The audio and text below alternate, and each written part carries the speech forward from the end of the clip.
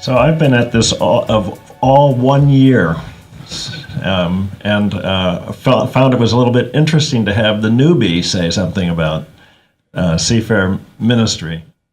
I came out of the parish. I worked as an Episcopal priest for 34 years in a variety of parishes, the last one about 1,000-member place. And I'm also a missionary kid. Too high. My parents were missionaries to Indonesia. My wife's family were missionaries to the Philippines, and my grandparents were missionaries to India. So after 34 years in the parish, the Spirit seemed to say to me, you thought you were going to the mission field when you all came out of college. It's time to go back to that idea, but here's the thing. The mission field is coming to you. So I came to Philadelphia last February and began. And I had to start from scratch, and I told some of you in the summer that the first year was a bit like trying to sip water out of the Niagara Falls. But I listened to some stories for a while.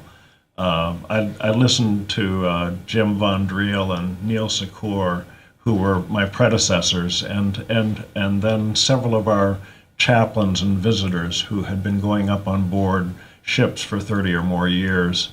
And they told the story to the entire board, so that as we listened, it began to become very clear to us what the mission of Seamen's Church Institute in Philadelphia and South Jersey was. 4 points that we identified.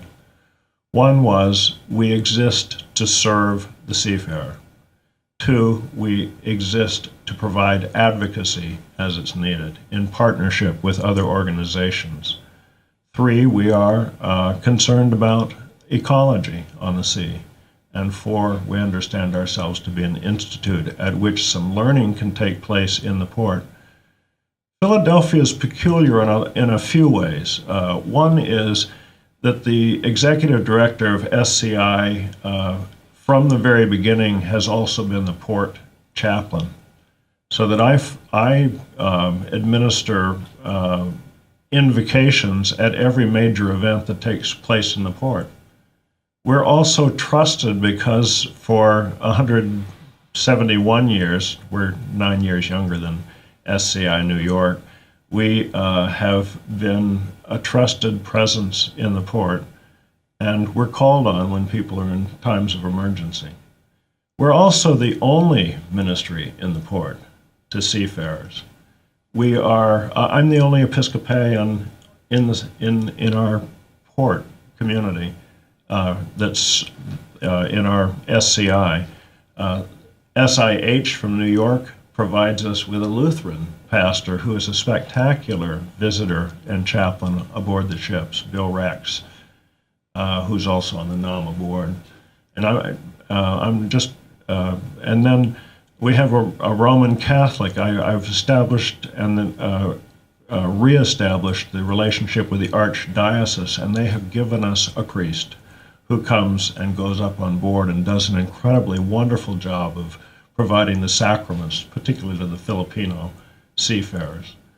Then there is a Korean Presbyterian, and then fourth, there's me, and all of us go up and provide whatever's necessary. The pilots in Philadelphia, when they meet the ships down at the mouth of the Delaware River, hand out a brochure to the captains and the seafarers that gets put up on their boards that outlines the things that we offer and gives them a phone number to call so that as they're coming up the river, they can call us and tell us what they need. So we have our hot spots ready and our phone cards so that people can call home, and we are ready to do the sacrament on board if there's a case or an invitation to do that. We did a funeral for a master who died coming up the river on board the ship, and they wanted us to do a blessing of the ship again and pray for them. We did a Eucharist on a Filipino ship around the storm in the Philippines because they were fearful. So all of these things were important. Historically, the pilots and the agents in Philadelphia have been hugely supportive of Seamen's Church Institute in Philadelphia, and it is they who often have let the captains know of the fees as they come up the river.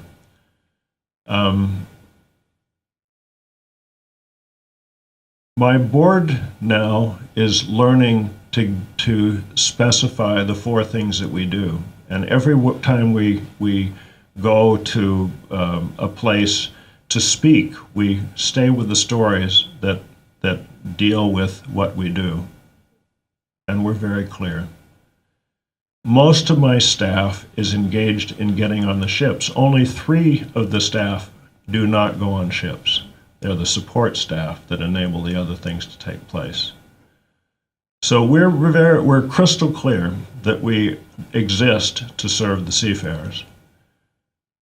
This has been really helpful now in re-articulating this to the port community and showing transparently where our funds go.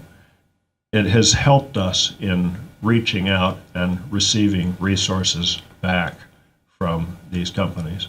Several companies in the last year have re-upped after having stepped away for a while because there was some concern after 2008 and all of the hits that all of us took financially that we were not using our resource right. We have had to reprove that by opening everything up and making it clear. We have, as a staff, we have 7 part-time visitors who go out, the 4 chaplains, and 1 full-time visitor. The 1 full-time visitor is a superstar. He's been doing this seafarer ministry for 35 years. He is a native of Eritrea, was himself a seafarer, and speaks 7 languages, which is an incredible resource. Plus, he has a pastor's heart. When he goes on board a ship, he knows immediately if there's an issue. He has trained all of us to go on board a ship and go directly to the mess if the captain doesn't want to see us, which is where we go. And we sit and listen. So now and the final piece of the expense is we have 5 vans, all of them provided by ITF. It costs a lot of money to do the mission in Philadelphia because unlike a lot of the ministries, we cover a huge geographical area. When I spoke to the Diocese of Pennsylvania, I said, I serve the largest parish in the diocese. I have, my parish is 125 miles long. It has 32 terminals and 32,000 seafarers a year. And we see 92% of the ships. That always stops everyone because, of course, the average Philadelphian has no idea that there are 1,576 ships that come into Philadelphia and South Jersey a year, nor do they have any sense that there are 32 seafarers. In fact, the seafarers are invisible.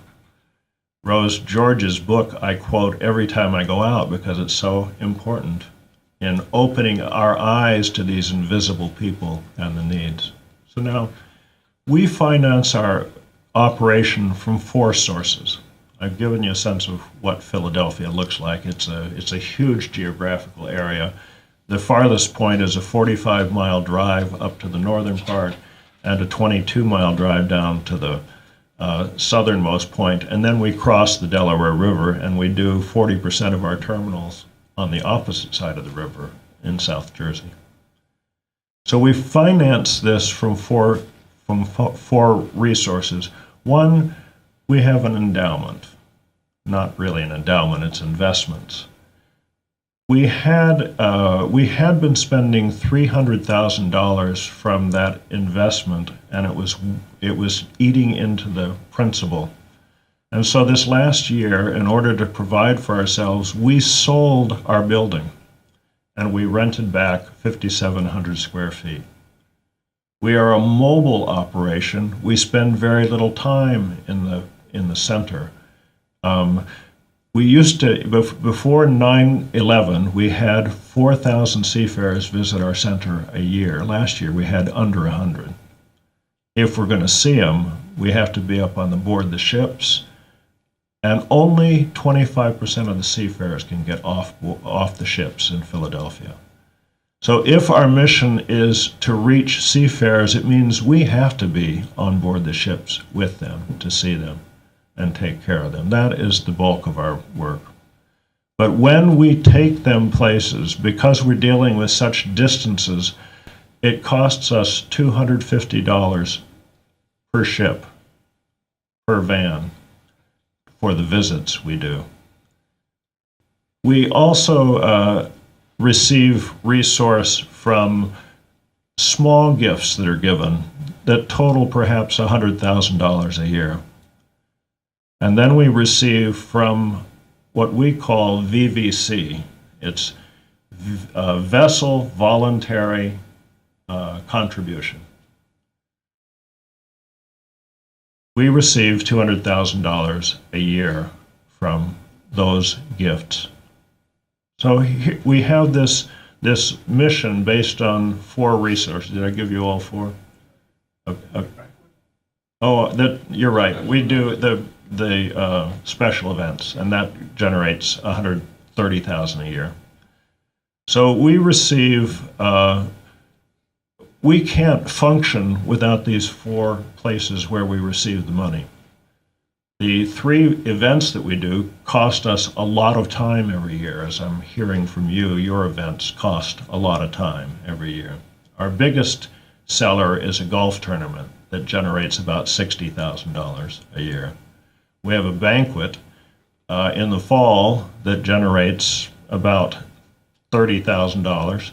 And then we have the Spirit of the Port Award. This year we are honoring the governor, and so we're getting a great turnout. So that's generating a lot of resource, but about a total of $120,000. So you can see we don't have all of our eggs in one basket, but we are dependent on the gifts, and we consider them gifts from the vessel owners.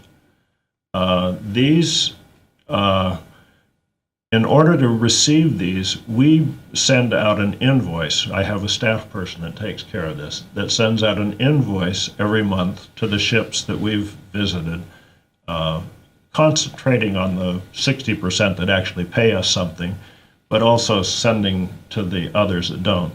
We don't receive any money from the container ships and from the tankers, and not too much money, if any, from the automobile haulers. So this is actually an area that we're going to target a little bit more strongly this year. In my first year there, I have been visiting the organizations that traditionally have given us resources in order to say thank you for supporting us and being present in what we're doing, and also to say once again, here clearly is what we're doing. And I discover that many have forgotten what our mission has been and how we've done these things. Then I've also been visiting the churches. We don't give a great deal, but mostly I've been reestablishing relationships with judicatories that have historically supported us. My one staff person then sends these VVCs out, and we receive that money back, $200 a ship. Remember, it costs us $250 per visit, but we receive $200. Several of the companies have said, we will not pay you that much, we will pay you $150, and we say, well, we're happy to receive that. Because Mesvin, our superstar, was a seafarer, he's dictated to us that we will not ask seafarers for money, but we will ask the masters, captains, for the ships that are not covered. If we received nothing from them, the board a year ago voted that we would not transport people from ships that did not pay the voluntary. And what we're clear about is we are not primarily a transportation organization, though we do it. We are primarily an organization that serves the welfare of seafarers. We don't proselytize like most of you, but we do offer the services that are possible to offer. And when given an opportunity to speak of the one that motivates our action, we do it. Low key, gently, without force. We understand that the gospel today is more like St. Francis than like, I'm not sure what to say, that we will preach the gospel and if necessary, use words. So we have always understood, and one of the reasons that we do the VVC rather than a levy is for tax reasons. We are under the authority of the Diocese of Pennsylvania, and we draw our non-tax status from them. To demand a levy puts that at risk. So we haven't done that. We are, however, in the process of creating, which probably most of you already have, which is a 501c3, to create a separate entity that stands alongside our mission as a church. And I'm guessing that other countries don't deal with this difficulty as much as the American church and the great concern that the corporate world has for not giving any money to churches. Even if the church in question is a mission of the church that provides welfare for people, and if I can get on my soapbox for a moment, and probably does it better than most other welfare organizations historically, we understand that we will do whatever is necessary to provide the resources to accomplish our mission. And if that means creating this separate entity to do that in order to receive the corporate dollars to serve the seafarer, we will do it. I think it fits into that category in Scripture of being as wise as serpents and harmless as doves. So we, as a good missionary organization, we know the culture we serve, and we work within the peculiarities of that culture in order to accomplish the mission.